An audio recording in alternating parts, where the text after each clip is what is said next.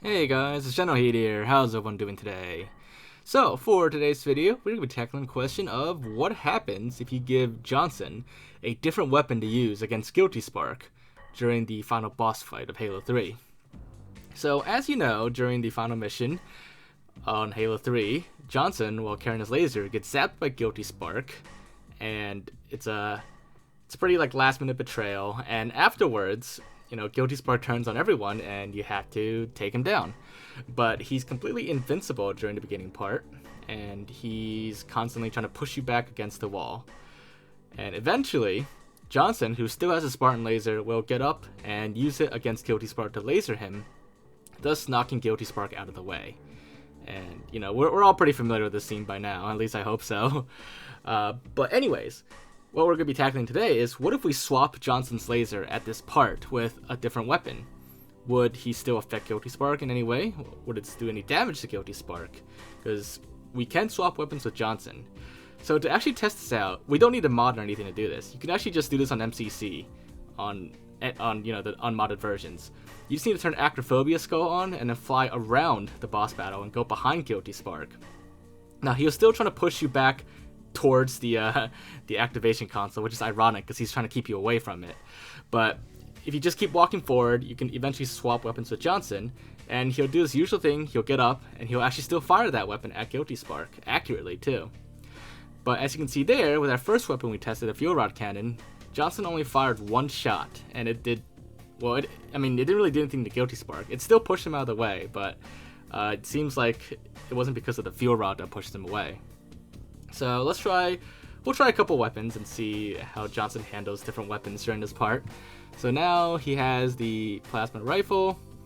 He'll slowly fire a few shots at Guilty Spark, and then same thing happens. The plasma rifle bolts, they don't seem to directly affect Guilty Spark, but they will hit him still. Next, let's try the spiker, see if anything's different for this one. So again, just gotta keep walking into his gravity field, and eventually you get close enough to swap weapons with Johnson. And in another second, he'll get up, and with the spiker, he'll just fire, one burst, and that's it. Unlike the plasma rifle. So, you might have figured it out by now, but with Guilty Spark, the weapon Johnson uses to shoot doesn't matter. Guilty Spark is just scripted to get flung away. And if you were to take away Johnson's weapon completely or give him a melee weapon, the same thing would happen. Guilty Spark will still just, fly away by himself, regardless of whether he was actually hit by any weapons or not. And Johnson, he'll fire any weapon, but sometimes he'll fire weapons differently. And I'm not sure why some weapons he only fires one shot or a couple shots or several shots, but it does vary a lot depending on the weapon, how much he shoots it. You saw with the spiker, it's a rapid fire weapon, but he only fired one burst. Whereas other weapons like the needler, he'll fire a few bursts, and with the sentinel beam, he fires quite a lot with it. But ultimately, like I said, giving Johnson a different weapon, it doesn't affect Guilty Spark at all.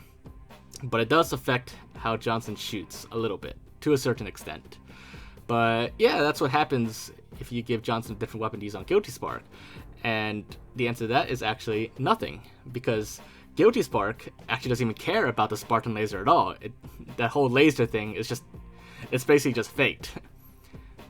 Guilty Spark's movements are all completely scripted on this and has nothing to do with the Spartan Laser at all. So, little behind the scenes fun fact there. But yeah, hopefully you guys enjoyed this video and found it to be interesting. And as always, if you did, make sure to leave a like, leave your thoughts in the comments, and if you haven't already, make sure to subscribe, and I will see you all next time. Bye guys!